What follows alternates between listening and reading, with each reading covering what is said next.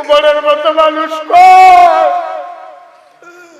কিয়ামতের ময়দানে আমার যখন একটা গুনার বস্তা হবে, আমরা কিয়ামত ভুলে গেছি, আমরা গুনার কথা ভুলে গেছি।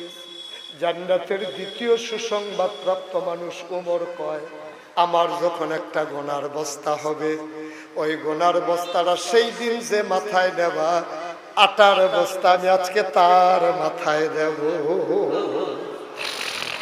কেউ আর আগায় না। উমর কয়, জানতাম তোমরা আগাইবা না। গোনার বস্তা নিতে চাও না, আটার বস্তা কেন নিতে চাও? তাড়াতাড়ি দুইজন ধরে আমার মাথায় আটার বস্তা উঠাই দাও। দুইজন কর্মচারী ধরে অর্ধ পৃথিবীর প্রেসিডেন্ট ওমরের মাথায় আটার বস্তা উঠাই দিলেন।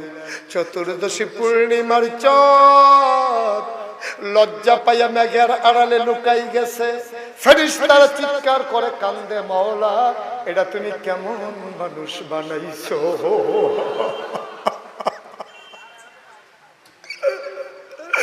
ওমর দৌড়তে দৌড়তে ওমর চলে গেলেন ওই মহিলার দরজায়। ভেতর থেকে দরজা বন্ধ।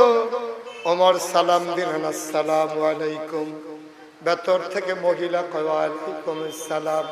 কয়, আম্মা আম্মা গো, দরজা খোলো গো আম্মা। মহিলা কয়, কে আমারে আম্মা ডাকে? আমি মা হওয়ার উপযুক্ত না, আমারে মা ডাইকো না।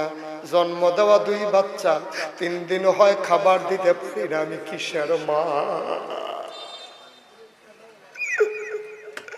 আমি কিসের মা? আমি মা না, আমি মা না, আমার মা ডাইকো না।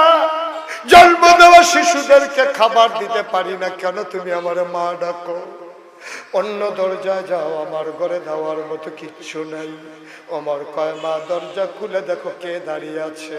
মহিলা দরজা খুলে দেখেন, মহিলা তো উমর চিনে না। মহিলা দেখে বুড়ো একটা মানুষ বস্তা নিয়ে মাথায় দাঁড়িয়ে আছে। মহিলা কয়, ভেতরে আসো। ওমর ভেতরে ঢুকলেন। কয়, তুমি কে বাবা? কয়, আম্মা এই এলাকায় আমার বাড়ি। আমি যাইতেছিলাম রাস্তা দিয়া, হঠাৎ শুনলাম তোমার বাচ্চারা কান্দে, এই জন্য কিছু খাবার নিয়ে আসছি।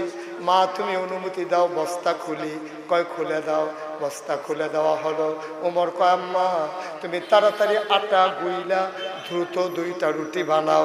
উমা আগুনটা দেখি নিভে গেছে, তুমি তাড়াতাড়ি রুটি বানাও, আমি ফু দিয়া আগুনটা ধরাই দেই।